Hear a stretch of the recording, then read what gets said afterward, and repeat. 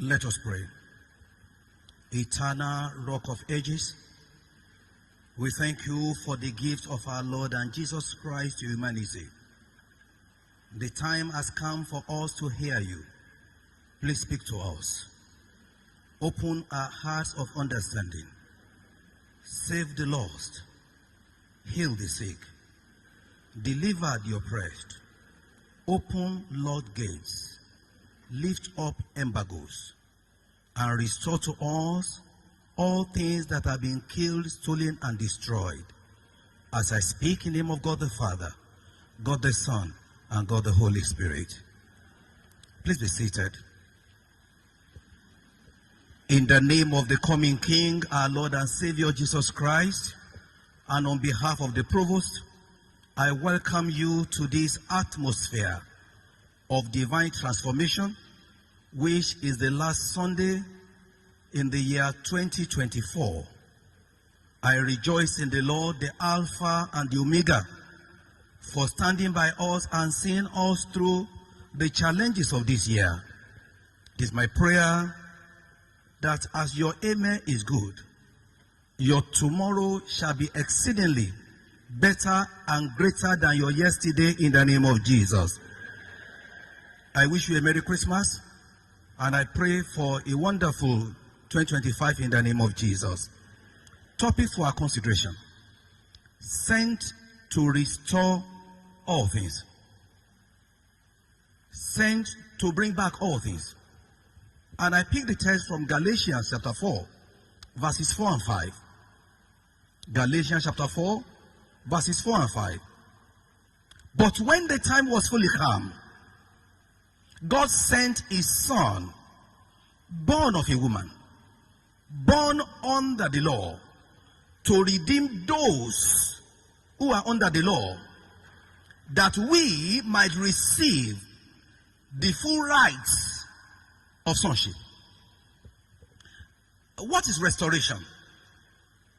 Restoration simply means the bringing back of a thing to its original and best state.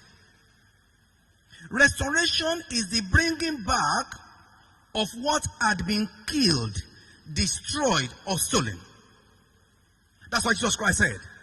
He said the thief came to kill, to steal, and to destroy. He said, but I have come to bring you life and bring it more abundantly. Restoration is a time of renewal, a season of refreshing. It is a new beginning and a time of eternal rejoicing. Restoration connotes that it doesn't matter what you may be passing through. It is never over until it is over. I bear God's witness from personal and scriptural evidences that it is never over until it is over. A fowl that is not dead still has hope of eating maize. Dear beloved, there is no time that this message of hope is apt and timely than this current dispensation of a world of wealth without work. There is no time that this world is auspicious than a time of pervasive pleasure without conscience. A world of increasing knowledge without character. A space of glowing commerce without morality. A phase of amazing science without humanity. A race of widespread religion without sacrifice.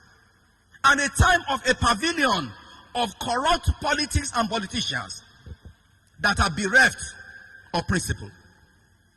This is undoubtedly a timely message from the heavens to the galaxies. Let me take you through the lane of scriptural history. At the creation of the earth, in Genesis chapter 1, God called for light because the world was filled with darkness. He said, let there be light. And scripture says immediately there was light. Not only that, scripture says that the world was void and empty. There was voidity and there was formlessness.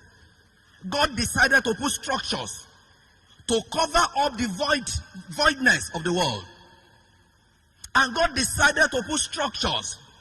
He placed Adam as the head of all creation. Whatever name that Adam gave to the animals, God gave him authority, and he had the liberty.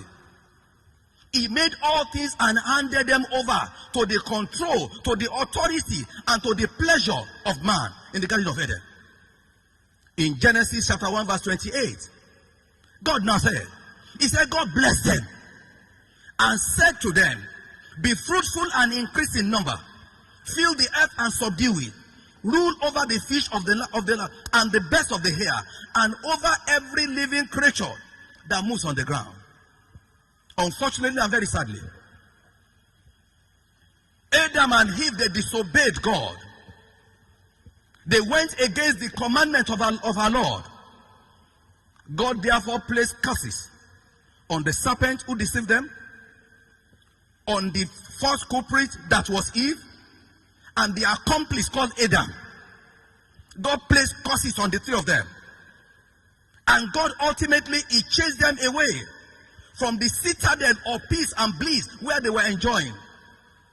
He chased them out into darkness. He chased them out into voidness. And he chased them out into formlessness. The world consequently became disordered and fraught with envy, murder, jealousy, unnecessary competition, desire to be acceptable, covetousness, greed, shadow chasing, or lure for the temporal and insatiable appetite for the fleeting things of this world, among others. It was into this perverse world that Jesus Christ was sent to restore humanity back to the original plan of God. In Isaiah 62 verse 1, scripture says, the Lord has made proclamation to the ends of the earth. He said, say to the daughter of Zion, see, your Savior comes. See, his reward is with him, and his recompense accompanies him. That was the plan, the original plan of God. And that it was into this that Jesus Christ was birthed. From our text, Paul told the church in Galatia that when the fullness of time came, that God sent Jesus Christ to restore the world, to restore all things. That is to reinstate, to put back, to return, to revive, and to recover all the lost rights and privileges to the world. Jesus himself validated it. John chapter 3 verse 16.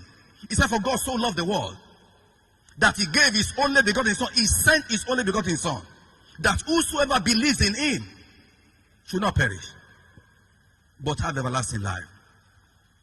This is why we are hallowing the birth and the gift of Jesus Christ to the world. That is his birth, which is the most important event in the world. There is nothing in the world like his birth. Everything in the world calendar revolves around his birth. It is either BC, before his birth, or AD, Anno Domini, in Latin, in the year of the Lord, the year Jesus was born, that we celebrate Christmas on 25th of December. It's not about the exactitudeness of a date. It is about the non-negotiability of an event, a great event in human history. We are thanking God for his redemption agenda for humanity through his birth. At Christmas, we are not worshiping the Roman god of the sun as postulated by some spiritual ignoramuses. We are celebrating the victory of light over darkness and reminding ourselves about our redemption from the law of sin and death. Romans chapter 8, verses 1 and 2. The mandate of our Lord Jesus Christ is that anyone who genuinely believes and confesses him as Lord and Savior will not perish, but have eternal life. Eternal life which was lost through the sinful nature of the first Adam in the Garden of Eden. The good news is that all things which we lost in the Garden of Eden through the disobedience of the first Adam, they are now available for all, available for our restoration through Jesus Christ, who is the second Adam. Jesus is calling on all of us this morning to be reconnected with him. Until you return to God, it is not your turn to be restored. Until you return to God, it's not your turn to be restored. It takes reconnection to be connected. Man lost all things through the disconnection from God. And it will take reconnection with Jesus Christ to be connected to all things. Malachi chapter 3 verse 7. The prophet said, ever since the time of our fathers, you have turned away from my decrees, and you have not kept them. Return to me, and I will return to you, says the Lord. It takes reconnection. When you reconnect with him, he gets reconnected with you. You may be saying this morning that this man does not know me. Oh, this man does not even know the kind of sin that I'm engaging in. Oh, you may say, oh, I'm an harlot. Oh, I'm an adulterer. Oh, I do pornography. Oh, I engage in drugs. I engage in post-betting. Please remember that Jesus Christ saved the woman who had married 5 husbands and made her a super evangelist. There is no write-off case with God. No write-off situation with Jesus Christ. Just call on him to help you. He will gladly do so. Even if you are a wicked person, a sadist or a murderer, he saved Saul and converted him to Apostle Paul. Acts chapter 9. It is enticing that even if you are a witch, there is hope for you. He saved a witch. There was a woman called Mary Magdalene who had 7 witchcrafts. Magdalene was saved, and she became one of the closest people to Jesus Christ. Oh, you may say your hands are soiled with blood money through corruption, contract inflation, and dishonesty at your place of commission. Just return to him with a penitent heart. The man who saved the corrupt Matthew, called Levi, is the same yesterday, the same today, and the same forever. Oh, you can say that you are a drunkard, you are a nominal Christian. He said that anyone that believes in him, anyone have faith in him and not earthly treasure, will not perish but have eternal life. 1 John chapter 3 verse 8b. Let me ask you, are you having issues with your health? Or you are not even happy with your marriage? Are you enduring marriage instead of enjoying it? Is one of your children not making you happy? Or is it your economy that is going down gradually? I have news for you. It is not over. Come to Jesus, who has power over sin and death. Don't weep again. The resurrection and the life is your God. Weeping may endure for a moment, but joy comes in the morning. This is your morning of joy. We are going to celebrate the goodness of God in your family. Please believe me, it is not over. There is this song that I love so much. It's in Igbo language. It's a chorus. And what it means is that stop crying. God is near.